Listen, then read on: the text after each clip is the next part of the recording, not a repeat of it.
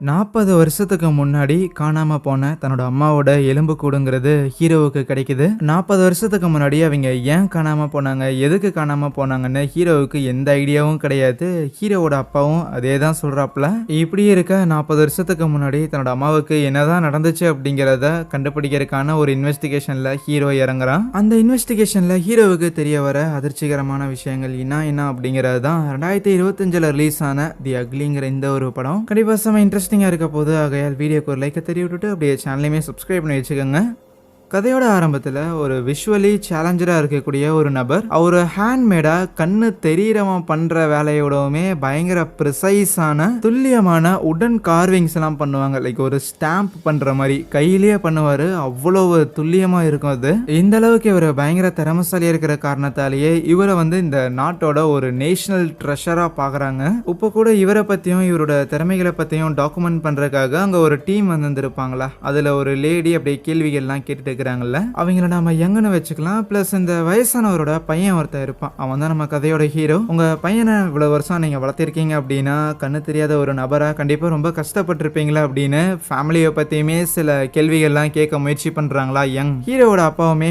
நான் எங்க வளர்த்தனேன், அவனா வளர்ந்துகிட்டான், நான் சும்மா கூட மட்டும்தான் இருந்தேன்னு ரொம்ப பெருமிதமா பேசிக்கிட்டு இருப்பாப்ல. அன்னைக்கு நைட்டு அந்த டாக்குமெண்ட் பண்ண வந்த ஆளுங்க எல்லாரும் போனதுக்கு அப்புறம் ஹீரோவா அவங்க அப்பாவும் பேசிக்கிட்டு இருப்பாங்களா. அவங்க அப்பாவுக்கு இப்படி டாக்குமெண்ட் பண்ண வர்றது, நம்ம கிட்ட ஆளுங்க பேசுறது இதுல எல்லாம் விருப்பம் இல்லை போல. இருந்தாலும் அவர் சின்ன வயசுல இருந்து இப்படி கண்ணு தெரியாம ரொம்ப கஷ்டப்பட்டு தான் இந்த ஒரு வேலையை கத்துக்கிட்டு இருந்திருப்பாரு. இந்த திறமைக்கு நம்மளை அக்னாலேஜ் பண்றாங்க, நமக்கான ஒரு அங்கீகாரத்தை கொடுக்குறாங்க அப்படிங்கும் போது அந்த ஒரு விஷயத்துல அவருக்கு ஹாப்பியா தான் இருக்கும்.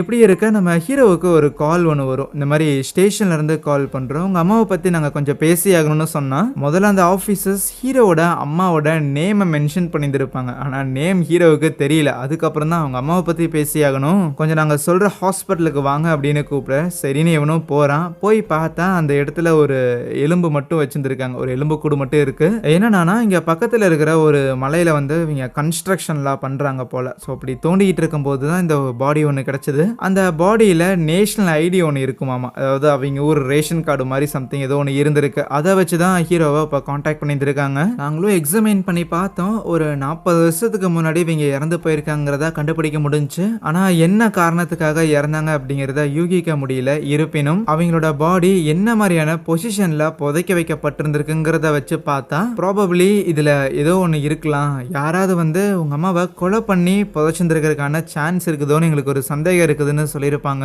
கட் பண்ணா அம்மா 40 வருஷத்துக்கு முன்னாடி காணாம போயிட்டாங்க, கை குழந்தையா இருக்கும் போதே என்னை விட்டுட்டு போயிட்டாங்கிறத மட்டும்தான் ஹீரோவுக்கு தெரிஞ்சிருந்திருக்கும். ஆனால் இப்போ அபிஷியலி இறந்து போயிட்டாங்கன்னு டிக்ளேர் பண்ண காரணத்தால அவங்களுக்கு ஃபியூனரல்லாம் அரேஞ்ச் பண்ணியிருப்பாங்களா. அன்பார்ச்சுனேட்லி இவங்களுக்கு ஃபியூனரல்ல வைக்கிறதுக்கு ஒரு போட்டோ கூட இருந்திருக்காது. இருந்தாலும் அங்க உட்காந்துருக்க தன்னோட அப்பா கிட்ட போயிட்டு ஹீரோ இப்படி அம்மா 40 வருஷத்துக்கு முன்னாடி ஓடி போயிட்டாங்க அப்படின்னு தானே சொன்னீங்க, ஆனா இறந்துருக்காங்களேன்னு கேட்டா வெல் அவருக்கு தெரியல. அவரு ஆப்வியஸா கண்ணு தெரியாத ஒரு நபர் தான். ஒரு நாள் நான் மார்க்கெட் போயிட்டு திருப்பி வீடு பார்க்கும்போது நீ மட்டும்தான் வீட்டுல இருந்த, அவளை காணோம், அதுக்கப்புறம் அவ திருப்பி வரவே இல்லை, அதனால தான் அவ ஓடி போயிட்டான்னு நான் முடிவு பண்ணிட்டேன். எனக்கும் அவளுக்கும் சொல்லிக்கிற மாதிரி எந்த விதமான சொந்த பந்தவுமே அப்போ இருந்தது கிடையாது. ஒருவேளை அம்மாவுக்கு யாராவது எதிரி இது இருந்திருப்பாங்களா அப்படின்னு ஹீரோ கேட்டா இல்ல அப்படிலாம் இருக்க வாய்ப்பு இல்ல, உன்னோட அம்மா உண்மையாலுமே ரொம்ப நல்லவ, எல்லார்கிட்டயுமே ரொம்ப அன்பா நடந்துக்கிற ஒரு தீனை பேசிக்கிட்டு இருக்கும் போது அப்போ அந்த இடத்துக்கு நம்ம ஹீரோவோட அப்பாவை பத்தி அந்த டாக்குமெண்ட் பண்ற அந்த லேடி இருக்கிறாங்கல்ல, அவங்களும் அந்த ஃபியூனரல் அட்டன் பண்றதுக்காக வந்திருப்பாங்க. அந்த யங்குங்கிற லேடி ஹீரோவுமே அவங்கள கூப்பிட்டு வச்சுட்டு இப்படி வீட்டில் ஒரு சின்ன துயர சம்பவம் நடந்துருச்சு, கொஞ்ச நாளுக்கு அந்த டாக்குமெண்ட்ரி ஃபிலிமிங்கை தள்ளி வைக்கலாமா அப்படின்னு கேட்டா இல்ல ஆக்சுவலி அந்த யங்குங்கிற லேடி உங்க ஃபேமிலியில ஏற்பட்ட இந்த ஒரு துயர சம்பவத்தையுமே நாங்கள் அந்த டாக்குமெண்ட்ரியில் ஆட் பண்ணிக்கலான்னு இருக்கிறோம், அப்போதான் அந்த டாக்குமெண்ட்ரி இன்னுமே ஆத்தென்டிக்காக ஃபீல் ஆகுங்கிற மாதிரிலாம் சொல்லுவா. என்னடா இது இதேமா காசாக்க பார்க்குறீங்கன்னு ஹீரோவுக்கு இதில் பெருசாக விருப்பம் இல்லாத மாதிரி தான் தெரியும். ஆனால் அப்போ அந்த இடத்துக்கு சில வயசானவங்களா வருவாங்க. யாரான்னு பார்த்தா அவங்க எல்லாரும் நம்ம ஹீரோவோட அம்மா இருக்கிறாங்கல்ல, அவங்களோட சொந்தக்காரங்களாமா. அதில் அந்த வயசான பீஸுங்களா இருக்குதுல்ல, அதெல்லாமே ஹீரோவோட அம்மாவோட கூட பிறந்தவங்க. சரி ஃபியூனரல் தான் அட்டன் பண்ண வந்திருக்காங்களான்னு பார்த்தா இல்லை அது கிடையாது. நம்ம ஹீரோவோட அம்மா சின்ன வயசுல இருக்கும் போதே வீட்டை விட்டு வந்துட்டாங்களாமா. ஆனா அவங்களுக்குன்னு ஒரு பூர்வீக சொத்து ஒன்று இருக்குது. சின்ன வயசுலயே அவ வீட்டை விட்டு வந்துட்டாங்கும் போது அவளுக்கு எதுக்கு நாங்க தேவையில்லாம சொத்து கொடுக்கணும் அப்படிங்கிற ஒரு மைண்ட் செட்ல இருக்கிறோம். ஆகையால் நீங்க இதை ஒரு காரணமா வச்சுக்கிட்டு எங்க கிட்ட சொத்து பிரிக்கிற வேலையெல்லாம் வச்சுக்க வேணாம் அப்படின்னு சொல்றதுக்காக தான் வந்திருப்பாங்க. ஹீரோவுக்கு இதை கேட்டோன்னே செம்மையா கோவம் வந்துடும். நீங்க என்ன இடத்துக்கு என்ன விஷயம் பேசுறீங்கன்னு தெரியுதா உங்களுக்கு? அப்புறம் ரொம்ப முக்கியமா உங்களோட காசு ஒன்றும் எனக்கு தேவை கிடையாது. நான் வேணும்னா அப்புறமா உங்களுக்கு ஃபார்மலா ஒரு லெட்டர் ஒண்ணு எழுதி குடுத்துர்றேன். உங்ககிட்ட இருந்து நான் சொத்தெல்லாம் வாங்க மாட்டேன்னு. இப்படிப்பட்ட நேரத்துல தான் உங்களுக்கு காச பத்தி பேசுறதுக்கு யோசிக்குதா அப்படிங்கிற மாரிலாம் முதல்ல திட்டிருவான். ஆனா அதுக்கப்புறம் கொஞ்சம் பொறுமையா, வேணும்னா என்னோட அம்மாவோட ஃபோட்டோ இது நீங்க ஏதாவது வச்சிருந்திருக்கீங்களா? இந்த ஃபியூனரல்ல எங்க அம்மாவோட ஃபோட்டோ ஒண்ணு கூட இல்ல வைக்கிறக்கு. ஏதாவது இருந்தா குடுங்களேன். நல்லா இருக்கும் அப்படின்னு கேட்டா, இல்ல அவங்க கிட்டயுமே எந்த ஒரு ஃபோட்டோவும் இல்ல. சரி ஃபோட்டோ இல்ல அப்படின்னு சொல்றதோட நிறுத்திக்குவாங்களான்னு பார்த்தா அது கிடையாது. அவ பாக்குறதுக்கே அசிங்கமா இருப்பா, அதனாலயே அவ போட்டோ எடுத்துக்க மாட்டா. அசிங்கமா இருப்பாங்களா? ஏன் அவங்களோட ஃபேஸ்ல ஏதாவது ப்ராப்ளம் ஏற்பட்டிருக்கா அப்படின்னு ஹீரோ கேட்டதுக்கு, இல்ல அந்த மாதிரிலாம் இல்ல, அவ பாக்குறதுக்கே ஒரு மாதிரி அசிங்கமா இருப்பா அப்படின்னு அந்த வார்த்தையை மட்டும் அழுத்தி சொல்லும் போது ஹீரோக்கே கோவம் வரும். எதுக்கு அதை திருப்பி திருப்பி அழுத்தி சொல்லிட்டே இருக்கிறீங்க? சின்ன வயசுலயே அவங்க வீட்டை விட்டு வந்துட்டாங்கன்னு நீங்க சொன்னீங்க தானே? அப்படி சின்ன வயசுலயே வீட்டை விட்டு வந்திருந்தாங்கன்னா அவங்க அதுக்கப்புறம் எப்படி இருந்திருப்பாங்கன்னு உங்களுக்கு என்ன தெரிஞ்சிருந்திருக்கும்? அது மட்டும் இல்லாம சின்ன வயசுலயே அவங்க வீட்டை விட்டு போயிருந்திருக்காங்கன்னா எதுக்கு அவங்க வீட்டை விட்டு போகணும்? மேபி யாராவது கடத்திட்டு கூட போயிருந்திருக்கலாமே. ஏன் இந்த விஷயத்த பத்திலாம் நீங்க யோசிச்சது இல்லையான்னு கேட்க, அதுக்கு அதுல ஒரு கிளவி என்னன்னா, அவ வாயை வச்சுக்கிட்டு சும்மா இருந்திருந்தானா எங்களோட குடும்பம் நல்லாவே இருந்திருக்கும் அப்படிங்கிற மாதிரி புலம்புவா. என்னன்னா நம்ம ஹீரோவோட அம்மா சின்ன குழந்தையா இருக்கும்போது அவங்களோட அப்பாவும் வேற ஒரு லேடியும் அஃபேர்ல இருக்கிறதா பார்த்துருந்துருக்காங்க. அவங்க அந்த டைம்ல குழந்தை தானே, குழந்தைக்கு இந்த கள்ளக்காதல் இதெல்லாம் என்ன தெரிய போகுது? சும்மா இந்த மாதிரி எங்க அப்பா வேற ஒரு லேடி கூட துணி இல்லாம இருந்தாரு அப்படிங்கிற மேட்ரை பக்கத்து வீட்டுல இருக்கிற சில நபர்கள் கிட்ட எல்லாம் பேச்சுவாக்குல சொல்லியிருந்திருக்கா போல. அப்படி சொன்னங்காட்டி இவங்களோட அம்மா இருப்பாங்கல்ல, யாரு ஹீரோவோட பாட்டிமா, அவங்க போட்டு நம்ம ஹீரோவோட அம்மாவை பயங்கரமா அடிச்சிருந்திருப்பாங்க. எதுக்கு இந்த விஷயத்தெல்லாம் வெளியில சொல்றேன்னு. அப்படி அடிச்சு 2 நாளுக்கு ரூம் விட்டு கூட வெளியில வரலையாமா. அவ்வளவு காயம் ஏற்பட்டிருந்திருக்கும். அதுக்கப்புறம் தான் எங்க வீட்டுல இருக்கிற எங்க அம்மாவோட நகையெல்லாம் எடுத்துட்டு அவ வீட்டை விட்டே ஓடி போயிட்டா. பேருக்கு தான் எங்க அம்மாவோட புள்ள அவ, ஆனா எங்க அம்மா அவளை ஒரு திருடியா தான் பார்த்தாங்க அப்படின்னு ரொம்ப கேவலமா பேசுவாளுங்களா. இதெல்லாம் கேட்க கேட்க ஹீரோவுக்கு கோவம் தான் வரும். உங்க அப்பா ஒழுக்கமா இருந்திருந்தானா எங்க அம்மா எதுக்கு தேவையில்லாம அந்த விஷயத்த வெளியில சொல்ல போறாங்க?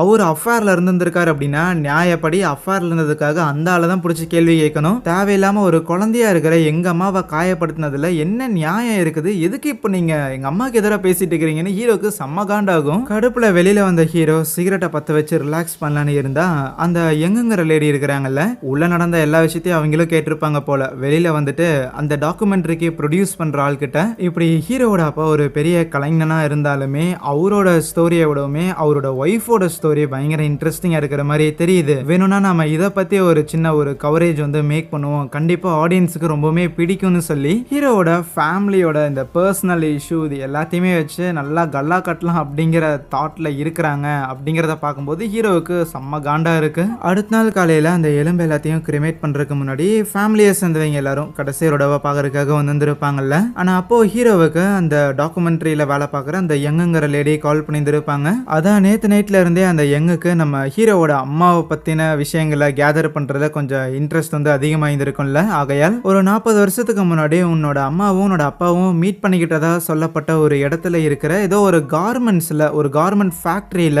உன்னோட அம்மா வேலை பார்த்துட்டு இருந்தாங்களாமா. அங்க இதுக்கு முன்னாடி ஒர்க் பண்ண சில ஆளுங்களோட அட்ரஸ் எல்லாம் நான் கண்டுபிடிச்சிருந்திருக்கேன். நீயும் என் கூட வந்தேன்னா அவங்க கிட்ட போயிட்டு உன்னோட அம்மாவை பத்தி சில விஷயங்கள் எல்லாம் விசாரிக்கலாம். என்ன வரையான்னு கேட்டதுக்கு சும்மா இருக்கிறதுக்கு அட்லீஸ்ட் தன்னோட அம்மாவுக்கு என்ன நடந்துச்சுன்னு இந்த லேடி மூலமா தெரிஞ்சுக்கலான்ட்டு ஹீரோவுமே அவங்கள போய் மீட் பண்ணியிருந்திருப்பான். ஒரு ரெஸ்டாரண்ட்ல ஹீரோவோட அம்மா கூட வேலை பார்த்த ஒரு 3 பேரை போய் இவங்க மீட் பண்ணியிருந்திருப்பாங்களா. அண்ட் நம்ம ஹீரோவை அவங்களோட பையன் அப்படிங்கிற மாதிரி சொல்லிக்கல. ஏன்னா அப்படி சொன்னா லைக் உண்மை என்னவோ அதை கொஞ்சம் மாத்தி சொல்ல வாய்ப்பு இருக்குதுல்ல. அதனால நாங்க 2 பேரும் ஒரு நியூஸ் பேப்பர்ல வேலை பார்க்குறோம், அந்த லேடியை பத்தி ஒரு ஆர்டிக்கல் எழுதலாம். ஏன்னா இப்போதான் அவங்களோட பாடிங்கிறது அவங்களோட சில எலும்பு கூட எல்லாம் கிடைச்சிருக்கு, அதனால தான் உங்களை கூப்பிட்டு இருந்திருக்கோம் அப்படிங்கிற மாதிரிலாம் சொல்லிட்டு, சரி உங்களுக்கு அவங்கள பத்தி என்னென்ன விஷயம்லாம் தெரியும்னு கேட்டா, முதல்ல 40 வருஷத்துக்கு முன்னாடி அவங்க காணாம போயிருந்திருப்பாங்கல்ல, அவ எங்கேயோ ஓடி போயிட்டா போல அப்படின்னு தான் நாங்களுமே நினைச்சோன்னு சொல்லுவாங்க. ரொம்ப முக்கியமா இவங்களுமே பேசும்போது ஹீரோவோட அம்மாவுக்கு ரொம்ப கோரமான முகங்கிறது இருக்கும், ரொம்ப கேவலமான முகம் இருக்குன்னு அதை அழுத்தி அழுத்தி சொல்லுவாங்க. அதோட நிறுத்தல இன்னொரு இன்சிடென்ட்டையுமே சொல்றாங்க. 40 வருஷத்துக்கு முன்னாடினா அப்பதான் பயங்கரமா இண்டஸ்ட்ரி எல்லாமே கொரியால வளர்ந்துகிட்டு இருந்தது. ரொம்ப ஸ்பெசிஃபிக்கா இந்த கவர்மெண்ட் இண்டஸ்ட்ரி. அண்ட் அதுல தான் நம்ம ஹீரோவோட அம்மா வேலை பார்த்துட்டு இருந்திருப்பாங்க. இந்த பீஸ் எல்லாம் செக் பண்ற மாதிரியான ஒரு வேலை போல. ஒரு நிமிஷத்துக்கு கூட ரெஸ்ட் எடுக்கிறதுக்கு டைமுங்கிறது இருந்திருக்காது. அப்போ ஹீரோவோட அம்மாவுக்கு பயங்கரமா வயிறு வலி ஏற்பட்டு இருந்திருக்கும். ரெஸ்ட் ரூம் போயிட்டு வரக்காக அங்க இருக்கிற மேனேஜர் கிட்ட பெர்மிஷன் கேட்டிருந்தா அவன் ஒரே ஒரு நிமிஷம் தான் டைம் கொடுத்துருப்பானா, வேற வழி இல்ல இவங்க நேரம் ரெஸ்ட் ரூமுக்கு போயிருந்திருப்பாங்க. ஆனா அந்த இடத்துல டாய்லெட்ல ஒரு பெரிய ஒரு லைனே நின்று இருக்கும். இந்த பெரிய லைன்ல பொறுமையா நின்று ரெஸ்ட் ரூம்குள்ள போறதுங்கிறது வாய்ப்பு இல்ல. ஆல்ரெடி அந்த 1 நிமிஷங்கிற டைமும் முடிஞ்சு போச்சு.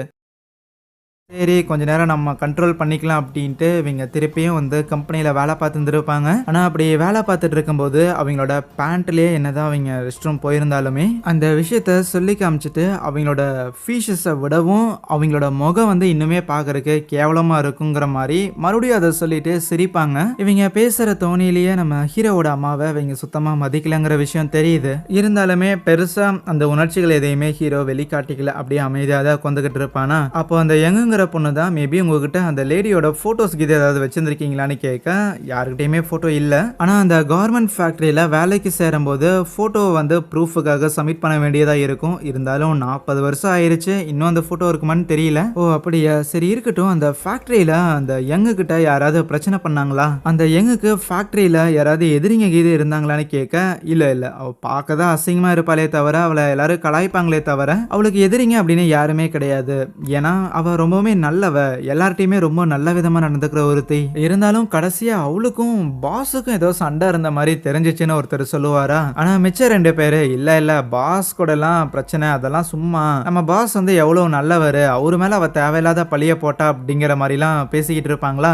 எங்களுக்கும் கியூரியஸ் ஆயிரும். கமான் அது ரூமரா இருந்தாலும் பரவாயில்ல, பொய்யோ உண்மையோ சொல்லுங்க கேட்கலாம் அப்படின்னு சொன்னதுக்கு, எங்களுக்கு அந்த விஷயத்தை பத்தி முழுசா தெரியாது, ஆனா இதுல கிம் அப்படின்னு சொல்லி வேற ஒருத்தி இன்வால்வ் ஆயிருந்தா, வேணும்னா நீங்க அவகிட்ட போய் விசாரிச்சு பாருங்களேன் அப்படின்னு சொல்லியிருந்திருப்பாங்களா. ஒன்ஸ் அந்த கடையை விட்டு வெளியில வந்ததுக்கு அப்புறம் அந்த யங்குங்கிற புள்ள அவளோட கூட வேலை செய்யற ஆளுங்களுக்கு கான்டாக்ட் பண்ணிட்டு அந்த பாஸை பத்தியும் கூடவே இந்த கிம் அப்படிங்கிற ஒரு லேடியை பத்தி இப்போ இந்த வயசானவங்க மென்ஷன் பண்ணாங்களே, இவங்க 2 பேரும் எங்க இருக்கிறாங்க அப்படின்னு அட்ரஸ் எல்லாம் கேதர் பண்ண சொல்றா. அப்போ ஹீரோ அந்த யங் கிட்ட, வெல் ஃபர்தரா மற்ற விஷயங்கள் எல்லாத்தையும் நானே தனியா டீல் பண்ணிக்கிறேனே, நீங்க இது வரைக்கும் உதவி பண்ணதுக்கே ரொம்ப நன்றி அப்படின்னு சொன்னா, அதெல்லாம் பாதியிலேயே போக முடியாது, கவலைப்படாதீங்க, ஒரு ஜேர்னலிஸ்ட் தான், இந்த வேலைகள்லாம் எனக்கு சர்வசாதாரணம், அதனால கண்டிப்பா கடைசி வரைக்கும் கூடயே இருப்பாங்கிற மாதிரி சொல்லிட்டு போவா. அதுக்கப்புறம் அடுத்த நாள் காலையில அந்த கிம் அப்படிங்கிற அந்த ஒரு வயசான லேடியுமே கண்டுபிடிச்சிருப்பாங்களா. அந்த லேடி கிட்ட நம்ம ஹீரோவோட அம்மாவை பத்தி விசாரிச்சுக்கிட்டு இருப்பாங்க. அண்ட் இந்த இடத்துலயுமே அது வந்து ஹீரோவோட அம்மா தான் அப்படின்லாம் சொல்லியிருக்க மாட்டாங்க. அவங்க கிட்ட விசாரிச்சா அவங்க ஹீரோவோட அம்மாவை எப்போ போல மற்றவங்கள மாதிரியே வந்து ரொம்ப கேவலமா தான் ட்ரீட் பண்ணியிருந்திருப்பாங்க. ஆனா அவ எனக்காக ஒன்று பண்ணுனா அதனால தான் அவ காணாம போயிருந்திருக்க வாய்ப்பு இருக்குதுங்கிற மாதிரி இவங்க சொல்றாங்க. அப்படி என்னடா பண்ணாங்கன்னு பார்த்தா, இந்த கிம்ங்கிற லேடி இருக்கிறாங்கல்ல, இவங்க ஒரு நாள் வேலையெல்லாம் எல்லாரும் முடிச்சு போனதுக்கு அப்புறமே ரூம்ல உட்காந்து அழுதுகிட்டு இருந்திருப்பாங்க அந்த ஃபேக்டரியில. என்னாச்சுன்னு ஹீரோவோட அம்மா கேட்க போனா அப்படியே பயங்கரமா கட்டி பிடிச்சி எனக்கு என்ன பண்றதுன்னு தெரியல அப்படின்னு சொல்லி செம்மையா அழுது புலம்பிந்திருப்பாங்க. என்னடான்னு பார்த்தா அந்த ஃபேக்டரியோட ஓனர் இருக்கிறான் அந்த பாஸ், ஸோ அவன் வந்து இவங்களை ஹராஸ் பண்ணியிருந்திருப்பான். விஷயத்த வெளியில சொல்ல முடியாது, வெளியில சொன்னாலும் யாராவது நம்புவாங்களான்னு தெரியாது. ஏன்னா அந்த ஃபேக்டரியோட பாஸ் வந்து எல்லாருக்கும் கரெக்டான டைம்ல காசு கொடுக்கறது, போனஸ் கொடுக்கறது, எல்லாருக்கிட்டையும் நல்ல விதமா நடந்துக்கிறதுன்னு சொல்லிட்டு நல்லவன் அப்படிங்கிற அந்த ஒரு பேர் எடுத்து வச்சிருந்திருக்கான். அடிக்கடி அவன் வச்சிருந்திருக்க கேமரா மூலமா அங்க இருக்கிற பெண்களை வந்து அவன் போட்டோ எடுப்பான். சும்மா நல்ல விதமா தான், மாடஸ்டா தான் போட்டோ எடுப்பான். இப்படி இருக்கிற ஒருத்தன் என்ன அசால்ட் பண்ணிட்டான் அப்படின்னு வெளியில சொன்னா என்ன பண்றதுன்னு எனக்கு தெரியலங்கிற மாதிரி அவங்க புலம்பிந்திருப்பாங்க. இதை பத்தி யோசிச்சுக்கிட்டே ஹீரோவோட அம்மாவும் அன்னைக்கு வீட்டுல உட்காந்து இதெல்லாம் யோசிச்சுக்கிட்டு இருப்பாங்களே தவிர நம்ம ஹீரோவோட அப்பா கிட்ட ஷேர் பண்ணியிருந்திருக்க மாட்டாங்க. ஆனா இன்டைரக்டா ஒருத்தன் வெளியில நல்ல விதமா நடந்துகிட்டு உள்ளுக்குள்ள மோசமான ஆளா இருந்தானா அவனை மோசமான ஆள்னு சொல்லணுமா இல்ல நல்லவன்னு சொல்லணுமான்னு கேட்டதுக்கு நம்ம ஹீரோவோட அப்பாவுக்கு என்ன பதில் சொல்றதுன்னு தெரியாது. அதுக்கப்புறம் அடுத்த நாள் காலையில அவங்க ஃபேக்டரிக்கு வேலைக்கு போகும்போது அந்த கிம்ங்கிற லேடி வேலைக்கு வந்திருக்க மாட்டாங்க.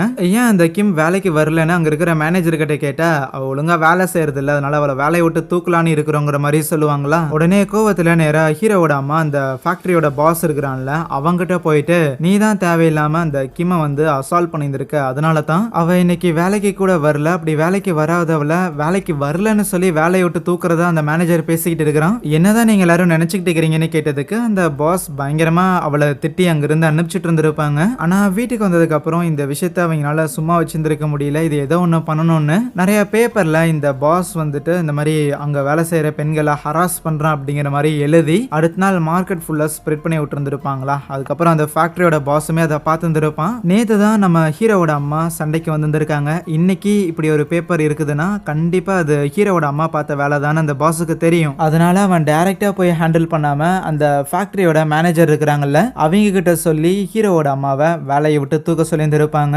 மேனேஜருமே ஹீரோவோட அம்மா கிட்ட எதுக்கு தேவையில்லாம நீ இப்படி பாஸ் மேல தேவையில்லாத பழியெல்லாம் போட்டுக்கிட்டு இருக்கிற, அன்னெசரியான ரூமர்ஸ்லாம் நீ ஸ்ப்ரெட் பண்ணிக்கிட்டு இருக்கிற, இனிமேல் நீங்க வேலைக்கே இருக்க வேண்டாங்கிற மாதிரி எல்லாம் சண்டை போட்டுட்டு இருப்பானா. ஆனா ஹீரோவோட அம்மா தெளிவா இருந்திருப்பாங்க. இங்க இருக்கிற பெண்கள்லாம் பாதிக்கப்பட்டுக்கிட்டு இருக்கிறாங்க, நீங்க அவனுக்கு வக்காலத்து வாங்கிக்கிட்டு இருக்கிறீங்களாடா அப்படின்னு சண்டை போட்டுட்டு இருக்க. அப்போ உள்ள வந்து அந்த கிம்முங்கிற லேடி நம்ம ஹீரோவோட அம்மா இருக்கிறாங்கல்ல அவங்கள அடிச்சுட்டு தேவையில்லாம பாஸை பத்தி ரூமர்ஸை ஸ்ப்ரெட் பண்ணாத அப்படிங்கிற மாதிரி சொல்லிட்டு போயிருந்திருப்பாங்க. அதுதான் அன்னைக்கு அந்த கிம் வந்து கடைசியா நம்ம ஹீரோவோட அம்மாவை பார்த்தது. பிளஸ் எதுக்கு தேவையில்லாம பாதிக்கப்பட்டவங்களே என்னை பத்தி ரூமர் ஸ்ப்ரெட் பண்ணாத அப்படிங்கிற மாதிரி சொன்னாங்கன்னா அந்த டைம்ல ஒரு 30-40 வருஷத்துக்கு முன்னாடி ஒரு லேடி செக்ஷுவலி அசால்ட் பண்ணப்படுறாங்க போது யாரு பெர்பெட்ரேட்டரோ அவன் மேல போக்கஸ்ங்கிறது போகாது. ராதர் யாரு பாதிக்கப்பட்டாங்க, யார் அந்த யார் அந்த பொண்ணு அப்படின்னு சொல்லி அந்த விக்டிமை தான் எல்லாருமே தேடி போவாங்க. அப்படி ஊர்ல இருக்கிறவங்களா தன்னை ஒரு கெட்டு போனவளா பாத்திரக்கூடாதுங்கிறங்காட்டியே அவங்க அன்னைக்கு நம்ம ஹீரோவோட அம்மாவாய மூட வச்சிருந்திருப்பாங்க. அவங்க அன்னைக்கு ஏதோ அப்படி பண்ணிட்டாங்க. பட் இன்னைக்கு அதை நினைச்சு ரொம்பவுமே வருத்தப்படுறாங்க. அன்னைக்கு நான் அப்படி பண்ணியிருந்திருக்க கூடாது, ஏன்னா அந்த ஃபேக்டரியோட முதலாளி அதுக்கப்புறம் என்ன தாண்டி இன்னும் மற்ற பொண்ணுங்க மேலேயும் கை வச்சான். அந்த இன்சிடென்ட்டுக்கு அப்புறம் தான் ஹீரோவோட அம்மா காணாமலும் போயிருந்திருப்பாங்க. ஒருவேளை ஃபேக்டரியோட முதலாளி ஹீரோவோட அம்மாவை கொலை பண்ணியிருந்தா கூட ஆச்சரியப்படுறதுக்கு இல்லைன்னு சொல்லியிருந்திருப்பாங்க. இந்த விஷயங்கள்லாம் கேட்டுட்டு கார்ல வந்து உட்காந்துருக்கும் போது அந்த யங்குங்கிற பொண்ணு அழுதுகிட்டு இருப்பா. உங்க அம்மாவுக்கு பின்னாடி இப்படி ஒரு கதை இருக்குங்கிறது தெரியாம போயிருச்சு, நம்ம போய் வேணும்னா அந்த ஃபேக்டரியோட முதலாளியுமே மீட் பண்ணுவோம், மீட் பண்ணி அவன் சட்டையை பிடிச்சி அவன் பண்ண காரியத்துக்கெல்லாம் நம்ம நியாயம் கேட்போம் அப்படிங்கிற மாதிரி எல்லாம் சொல்லுவாளா. இவ சொல்றதெல்லாம் உண்மைதான், அதுல எல்லாம் நம்ம ஹீரோவுக்கு எந்த ஒரு மாற்று கருத்தும் கிடையாது. ஆனா இது எல்லாத்தையும் இவ ஆன் கேமரால பண்றா. லைக் கேமரா முன்னாடி ரியாக்ட் பண்ணுங்க, கேமரா முன்னாடி ரியாக்ட் பண்ணுங்கிற மாதிரி கேமராவை ஒழிச்சு வச்சுக்கிட்டு லைக் பயங்கர பெர்ஃபார்மேட்டிவா இருக்கிறா. அவ ரெடி பண்ண போற அந்த டாக்குமெண்ட்ரிக்கு தேவையான அந்த நாடக தன்மையை அவ ஷூட் பண்ணிட்டு இருக்கிறாள்ல, அதுதான் ஹீரோவுக்கு வெறுப்பா இருக்கு. அதுக்கப்புறம் அந்த ஃபேக்டரி ஓனரையுமே மீட் பண்றதுக்காக போயிருந்திருப்பாங்களா. இப்போ ஃபேக்டரியில எதுவும் கிடையாது போல, ஊருக்கு ஒதுக்குப்புறமா இருக்கிற ஏதோ ஒரு லைன் வீட்டில் அவன் பாட்டுக்கு படுத்து கிடந்துருப்பான். அவனையும் போய் மீட் பண்றாங்க. செம்மையா வயசாயிருந்திருக்கும். அவன்கிட்ட இந்த மாதிரி டிவில இருந்து வந்திருக்கும் ஹீரோவோட அம்மாவை பத்தி விசாரிக்க வந்திருக்கும் அப்படின்னு சொன்னா முதல்ல அவன் பேச்சு கொடுக்குற மாதிரி இல்ல. ஆனா அந்த ஆளுக்கு தேவையான காசெல்லாம் கொடுத்ததுக்கு அப்புறம் தான் அவன் பேச ஆரம்பிக்கிறான். ஓ அவளா அந்த அழுக்கு முட்டை, அவளை எப்படி மறக்க முடியும், சரி அவளை கொன்ன அவளோட புருஷன் அந்த கண்ணு தெரியாதவன் அவனுக்கு எது போலீஸ் அரெஸ்ட் பண்ணிட்டாங்களா என்ன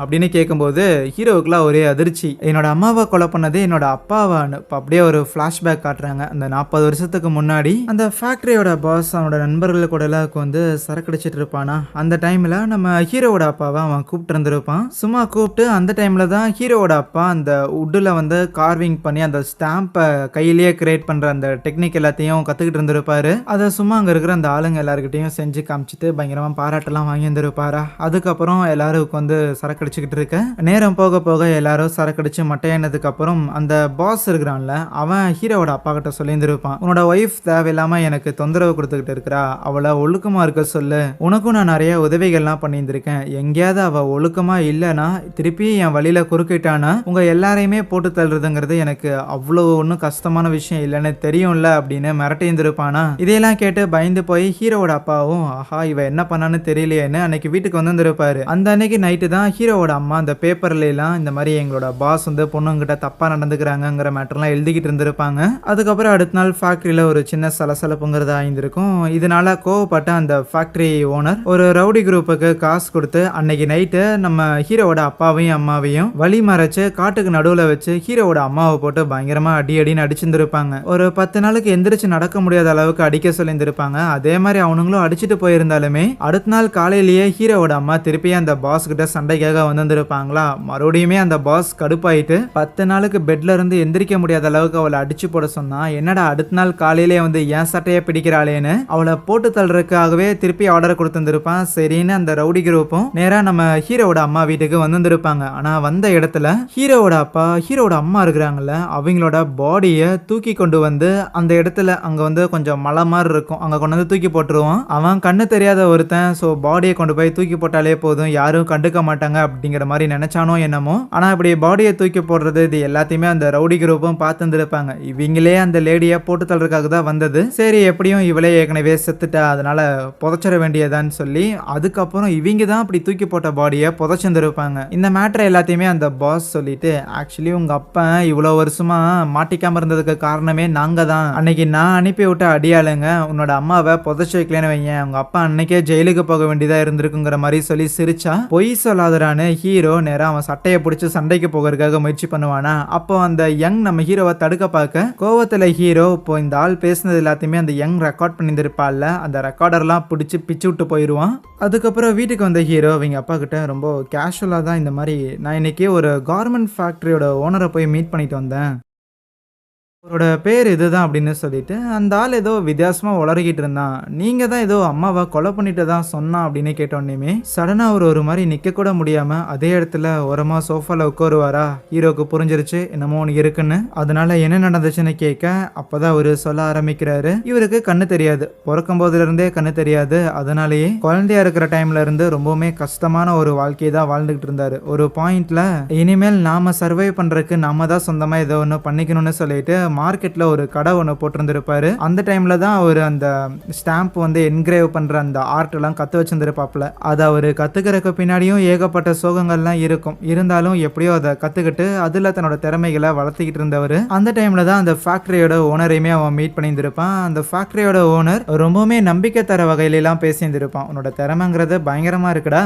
கண்டிப்பா ஒரு நாள் இல்ல ஒரு நாள் நீ ஒரு பெரிய ஆளா வருவ, அன்னைக்கு நீ பெரிய ஆளா வரும்போது உனக்கு சப்போர்ட் பண்ற ஒரு ஆளா நானுமே இருந்திருப்பேன் பாரு அப்படின்லாம் சொல்லியிருந்திருப்பான். சரி நமக்கு இப்படி ஒரு திறமை இருக்குது இல்ல, அதனால எல்லாரும் நம்மளை அக்னாலேஜ் பண்றாங்கன்னு சொல்லிட்டு ஹீரோவோட அப்பாவும் ரொம்ப சந்தோஷமா இருந்திருப்பாரு, எல்லாமே நல்லபடியா மாறப்போகுதுன்னு. ஆனா அந்த ஃபேக்டரியோட ஓனர் சொல்லிட்டு போன மாதிரி என்னதான் ஹீரோவோட அப்பாவுக்கு திறமைகள் இருந்திருந்தாலும் இப்படி கண்ணு தெரியாத ஒருத்தன் ஒரு ஸ்டாம்ப் செய்யறானா அது இங்க குவாலிட்டியாவா இருக்க போகுதுன்னு பெருசா அந்த ஸ்டாம்ப் எல்லாம் வாங்குறதுக்கு யாருமே முனைப்பு காட்டிட்டு இருக்க மாட்டாங்க. இப்படி இருக்கும்போது தான் நம்ம ஹீரோவோட அம்மா முதல் கஸ்டமரா வந்திருப்பாங்க. ஆனா அன்னைக்கு அவங்க அந்த ஸ்டாம்பை வாங்கியிருந்திருக்க மாட்டாங்க. இல்ல ஸ்டாம்பை பயன்படுத்துறதுக்குலாம் எனக்கு எந்த ஒரு வேலையுமே இல்லை, சும்மா பார்க்கறதுக்காக தான் வந்தேன்னு சொல்லியிருந்தாலும் பரவாயில்ல, என்கிட்ட அட்லீஸ்ட் விசாரிக்கிறதுக்கு வந்த ஒரே ஒரு கஸ்டமர் நீங்க தான், முதல் கஸ்டமர் நீங்க தான், ஆகையால் நீங்க வெறும் கையில போறதுல எனக்கு விருப்பம் இல்லைன்னு சொல்லிட்டு அவங்களுக்கு ஃப்ரீயாவே அந்த ஸ்டாம்ப்ல அவங்களோட பேரை வந்து வச்சு கொடுத்துருப்பான். ஏதாவது டாக்குமெண்ட்ஸ்ல சைன் போடுறாங்கன்னா சைன் போடுறதுக்கு பதிலாக இந்த மாதிரி ஸ்டாம்ப் அடிச்சு கொடுக்கலாம், அதுதான் அந்த ஸ்டாம்போட பர்பஸ். இந்த மாதிரி ஒருத்தங்க நம்ம கிட்ட ரொம்ப நல்ல விதமா பேசிட்டு போனாங்க அப்படிங்கிற சந்தோஷம்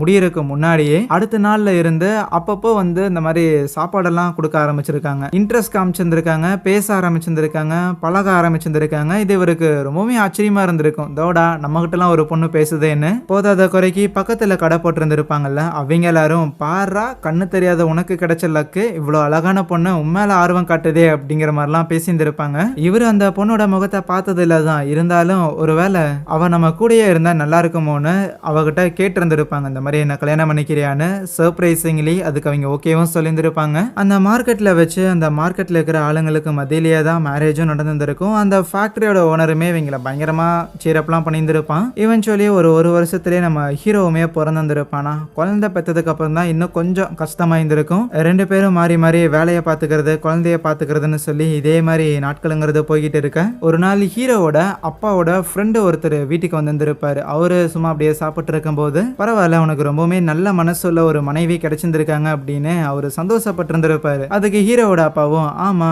என்ன மாதிரி கண்ணு தெரியாத ஒருத்தனுக்கு ஒரு நல்ல மனசுள்ள ஒரு மனைவி, ரொம்ப அழகான ஒரு மனைவி கிடைச்சிருந்திருக்கா அப்படின்னா சந்தோஷமா தான் இருக்கும், என் வாழ்க்கையிலேயே ஒரே ஒரு தடவையாவது அவரோட அழகான அந்த ஒரு முகத்தை பார்க்கணும் தான் என்னோட ஆசை அப்படின்னு சொன்னா. எனது அழகான முகமா, ஏன்டாடி வேற யாரும் உங்ககிட்ட சொல்லலையா என்ன, உனக்கு நல்ல வேலை கண்ணு இல்ல, கண்ணு மட்டும் இருந்திருந்தா அந்த கோரமான முகத்தை நீயும் பார்த்துருக்கணும் அப்படின்னு சொல்லியிருந்திருப்பான். அப்படி அவனோட நண்பனே தன்னோட மனைவியோட முகம் வந்து ரொம்ப கோரமா இருக்கும், நல்லா இருக்காது பார்க்குறது கேவலமா இருக்கும் அப்படின்னு சொன்னது இந்த ஆளுக்கு ஒரு மாதிரி இன்ஃபீரியரா ஃபீல் ஆக ஆரம்பிச்சிருந்திருக்கும். ஒருவேளை மார்க்கெட்ல இருக்கிற நிறைய பேர் உனக்கு இவ்வளவு அழகான ஒரு மனைவி கிடைப்பா அப்படின்னு நாங்க நினைச்சே பார்க்கல, பொறாமையா இருக்குன்னு சொல்லியிருப்பாங்கல்ல, அவங்க எல்லாருமே என்கிட்ட பொய் சொல்லியிருந்திருக்காங்களோ, ஒருவேளை வேணும்னே என்ன கலாய்க்கிறதுக்காக சொல்லியிருந்திருப்பாங்களோ. சின்ன வயசுல இருந்தே நிறைய பேர் இவருக்கு கண்ணு தெரியலங்கிற காரணத்தாலே இவரை உதாசீனப்படுத்தி இருந்திருக்காங்க. ஆனா அவங்க யாராலையுமே இவரை உதாசீனப்படுத்த முடியாத ஒரு விஷயம்னா அது அந்த ஸ்டாம்ப் செய்யற விஷயத்துல தான். ஆனா அந்த ஸ்டாம்ப்ல அவரு சரியான ஸ்டாம்பை செய்வார், அதுதான் ரொம்ப முக்கியம். அவரு எந்த ஸ்டாம்பை ரொம்ப துல்லியமா என்கிரேவ் பண்றாரோ, எந்த ஸ்டாம்பை ரொம்ப துல்லியமா ஒரு செய்யறாரோ அதை தான் ஒரு அழகான ஸ்டாம்பனும். எந்த ஸ்டாம்பை ஒரு ஆளா ப்ராப்பரா செஞ்சு முடிக்க முடியலையோ அது அசிங்கமான ஸ்டாம்ப். அழகான ஸ்டாம்ப் செஞ்சா மட்டும்தான் உலகம் உன்னை மதிக்கும். கொஞ்சம் அந்த ஸ்டாம்ப்ல பிசுறு இருந்தாலும் இந்த உலகங்கிறது உன்னை மதிக்காது. இந்த விஷயம் எல்லாத்துக்குமே பொருந்துங்கிற மாதிரி அந்த மாதிரியான ஒரு மைண்ட் செட்டில் அவர் இருந்திருப்பாப்புல. விஷயம் அவருக்கு கண்ணு தெரியாத காரணத்தாலே அவரை பயங்கரமா அசிங்கப்படுத்துவாங்க. அது ஒன்று அவரோட மைண்ட்ல எப்பவுமே இருக்கிற ஒரு விஷயம். போதாத குறைக்கு உன்னோட மனைவி வேற கேவலமா இருக்கிறா அப்படிங்கிற மாதிரி அந்த ஃப்ரெண்டு வேற சொல்லிட்டு போயிருப்பான்ல. அதனாலேயே அடுத்த நாள்ல இருந்து மார்க்கெட்டுக்கு 2 பேரும் ஒன்னா போகும்போது மற்றவங்க எல்லாரும் சும்மா அவங்கள பார்த்து சிரிச்சாலுமே இவருக்கு என்னோட மனைவி கேவலமா இருக்கிற காரணத்தால தான் என்ன அசிங்கப்படுத்துற மாதிரி இவங்க எல்லாரும் சிரிக்கிறாங்கன்னு ஒரு மாதிரி பேரனாய்டா ஃபீல் பண்ண ஆரம்பிச்சிருந்திருப்பாப்ல. எல்லாருமே மனைவி கேவலமாக இருக்கிறங்காட்டி தான் இவரை பார்த்து சிரிக்கிறாங்களான்னு கேட்டால் மோஸ்ட்லி அப்படி இருக்கிறதுக்கான வாய்ப்புகள் கிடையாது. இருந்தாலும் இவருக்கு அப்படி தோண ஆரம்பிச்சிருந்திருக்கும். இது எல்லாத்தையுமே பெருசாக ட்ரிகர் பண்ணுற வகையில் தான் அந்த ஃபேக்ட்ரி ஓனர் இருக்கிறான்ல, அவன் கூப்பிட்டு வச்சு அவனோட மனைவியை கம்முன்னு இருக்க சொல்லியிருந்திருப்பான். அடுத்த நாள் நைட்டில் வீட்டுக்கு போயிட்டு இருக்கும்போது 2 பேரையும் வழிமறைச்சு ஆட்கள்லாம் வச்சு அடிச்சிருந்துருப்பாங்கல்ல.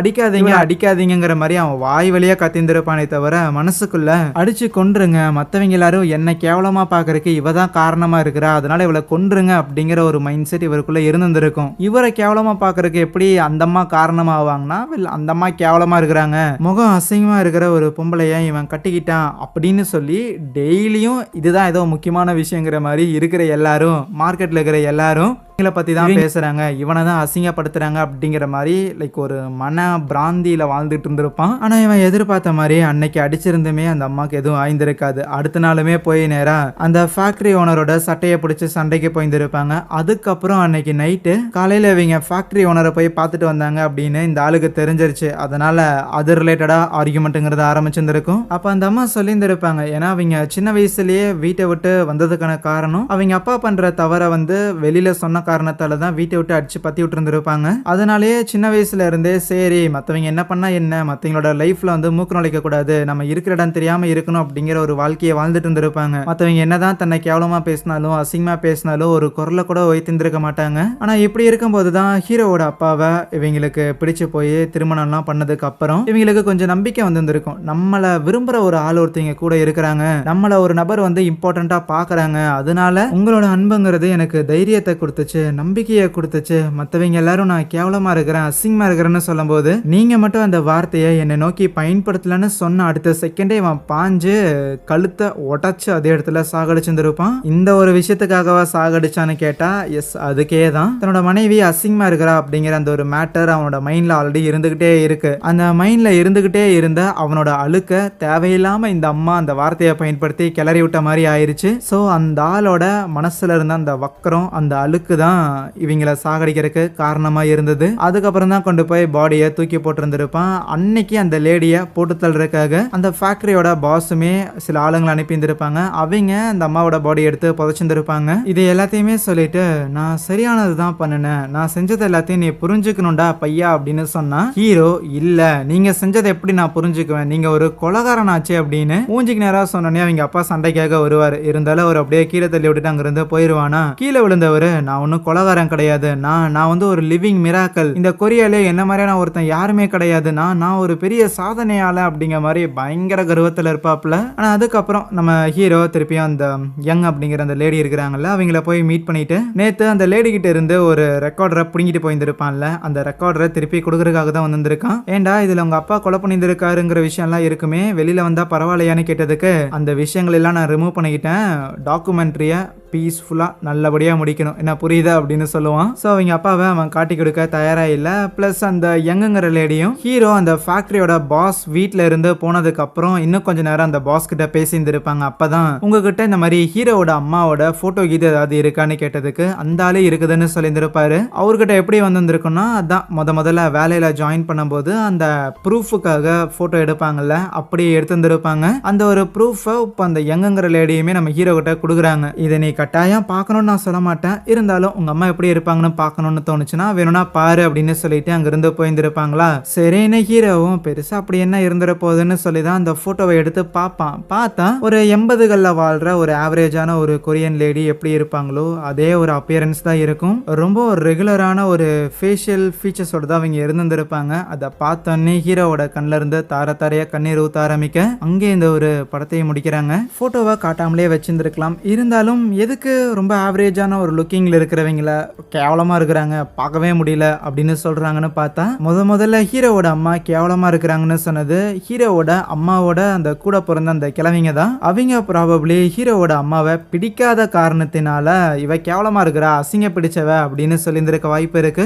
ரெண்டாவது அந்த மார்க்கெட்ல வேலை செய்யறவங்க அண்ட் அவங்க எல்லாரும் ஹீரோவோட அம்மாவை கேவலமா இருக்குதுன்னு சொன்னதுக்கான காரணம் அவங்க வேலை செய்யும் போதே ரெஸ்ட் ரூம் போயிட்டாங்கல்ல. ஸோ அந்த இன்சிடென்ட்டை வச்சுதான் அவங்க கேவலமா இருக்கிறாங்க, கேவலமான ஒருத்தின்னு சொல்லியிருந்திருக்க வாய்ப்பு இருக்கு. அதுவே அந்த ஹீரோவோட அப்பாவோட ஃப்ரெண்டு ஒருத்தன் வீட்டுக்கு வந்திருந்திருப்பான்ல, அவன் கேவலமா இருக்கிறா அப்படின்னு சொன்னதுக்கான காரணம் எகைன் பொறாமதான் ரீசனா இருக்கணும். இப்படி ஒரு அன்பான ஒரு மனைவி இப்படி கண்ணு தெரியாத ஒருத்தனுக்கா அப்படிங்கிற பொறாமையில கொளுத்தி விட்டு போயிருந்திருக்க வாய்ப்பு இருக்கு. ஏன்னா நிறைய பேர் என்னதான் ஹீரோவோட அம்மாவை கேவலமான ஒருத்திங்கன்னு சொல்லியிருந்தாலும் எவ்வளவு கேவலம் அவங்க முகம் வந்து எந்த மாதிரி இருந்துச்சுன்னு அது எதையுமே அவங்களால உருவகப்படுத்தி இருந்திருக்க முடியாது. ஏன்னா அவங்க ஹீரோவோட அம்மா மேல பொறுத்துன அந்த கேவலங்கிறது அவங்களோட மனசுல இருந்த அந்த ஒரு கேவலத்துல இருந்து தான் அவங்க மனசு எவ்வளவு அழுக்கால இருக்கோ அந்த அழுக்குல இருந்து தான் ஹீரோவோட அம்மாவை அவங்க கேவலம்னு சொல்லியிருந்திருக்காங்க. ஆனா ஆக்சுவலி இங்க கேவலமான விஷயம் என்னன்னா தன்னோட அப்பா ஒரு கொலகாரன்னு தெரிஞ்சிருந்தும் அதை மறைச்ச ஹீரோ கேவலமானவன். உண்மை என்னங்கிறத கண்டுபிடிக்கணுங்கிறத தாண்டி இந்த உண்மையை கண்டுபிடிச்சா கண்டிப்பா ஆடியன்ஸ் கிட்ட இருந்து நல்ல வரவேற்பு கிடைக்கும்னு ஜேர்னலிசம தவறான ஒரு பாதையில பயன்படுத்தின அந்த யங்குங்கிற புள்ள அவ கேவலமானவ. ஒரு பொண்ணு தங்கிட்ட ரொம்ப நல்ல விதமா யாருமே மதிக்காதப்போ தங்கிட்ட நல்ல விதமா நடந்துகிட்டதுக்கு அப்புறமும் ஊர்ல இருக்கிறவங்களா அவளோட முகம் கேவலமா இருக்குதுன்னு சொன்ன காரணத்தாலேயே அவளை கொல்ற அளவுக்கு வெறுப்ப வச்சிருந்த ஹீரோவோட அப்பா கேவலமானவன். வெளியில ஒரு வேஷத்தை போட்டுக்கிட்டு தன்னோட கம்பெனியில வேலை செய்யற பெண்கள் கிட்ட தவறா நடந்துகிட்ட அந்த ஃபேக்டரியோட ஓனர் அவன் கேவலமானவன். அந்த கிம்ங்கிற லேடி அந்த ஃபேக்டரியோட ஓனரால செக்ஷுவலி அசால்ட் பண்ணப்பட்டிருந்திருப்பாங்கல்ல, அவங்களுக்கு ஏற்பட்ட அநீதிக்கு நீதி கேட்க போன நம்ம ஹீரோவோட அம்மாவை அவங்க அரைஞ்சாங்கல்ல, அமைதியா இருக்க சொன்னாங்கல்ல, அவங்க கேவலமானவங்க. இந்த மாதிரி இருக்கிற எல்லாரும் கேவலமா வக்கரமான ஒரு புத்தியோட வாழ்ந்துகிட்டு அடுத்த நபர்களோட முக பாவனையை பார்த்து மட்டுமே கேவலம்னு சொல்ற ஒருத்தன் கேவலமானவன் தான் அப்படிங்கிற மாதிரி காமிச்சிருந்திருக்காங்க. எனிவேஸ் மக்களே, கண்டிப்பா இந்த படம் இன்ட்ரெஸ்டிங்கா இருந்திருக்கும்னு நினைக்கிறேன். பிடிச்சிருந்துச்சுன்னா மறக்காம இந்த வீடியோக்கு ஒரு லைக்கை தட்டி விட்டுட்டு இந்த படத்தை பத்தின உங்களோட கருத்துக்களையும் கமெண்ட்டில் ஷேர் பண்ணிட்டு இதே மாதிரி இன்னும் நிறைய இன்ட்ரெஸ்டிங்கான கதைகளை தொடர்ந்து பார்க்கறதுக்காக சேனலையுமே சப்ஸ்கிரைப் பண்ணி வச்சுக்கோங்க. So yeah, thank you.